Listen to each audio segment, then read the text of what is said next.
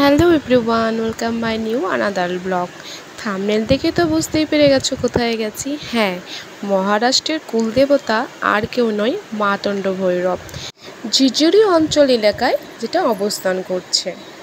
মাতণ্ড ভৈরবের কাহিনী শুনে তোমরাও অবাক হয়ে যাবে। আমরা ইতিহাসের কম বেশি সবাই ঔরঙ্গজেব, শাহজাহান সবার কথা শুনেছি, কিন্তু সেই ঔরঙ্গজেব যখন 1,00,000 সৈন্য নিয়ে এখানে হামলা করতে এসেছিল, মাতণ্ড ভৈরবের কাছে সমর্পণ আদর্পণ করে যে এই সংকট থেকে কিভাবে মুক্তি পাবে। আর ভগবানের অশেষ কৃপা, সেখানে অনেক পিঁপড়ে এসে হাজির হয় আর আধা ঘন্টার মধ্যে সব 1,00,000 সৈন্য ছেড়ে পালিয়ে যায় যুদ্ধক্ষেত্রে থেকে, এবং তারপরে সেই ঔরঙ্গজেবও কিন্তু সেখান থেকে চলে যেতে হয়। আর বিনা যুদ্ধে ভগবানের লীলা তো বুঝতেই পারলে কী হলো, কোনো যুদ্ধ না হয়ে ফিরে যেতে হলো ঔরঙ্গজেবকে।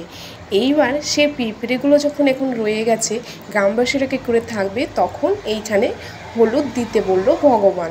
জায়গায় জায়গায় হলুদ ছড়ানোর পরে সে পিঁপড়েগুলো আপনা আপনি সেখান থেকে চলে গেল। এই হলো ভগবানের লীলা। তাই ভগবানের পুজো করতে গেলে এখানে হলুদ নিয়ে যেতে অবশ্যই হবে। আর এখানে বেশিরভাগ মানুষরাই হলুদ শাড়ি পরে পুজো করতে আসে। তাই আমরা এই বছর হলুদ দিয়ে হোলি উৎসব পালন করলাম। সকলেও মেতে উঠেছে হলুদ দিয়ে হোলি খেলতে।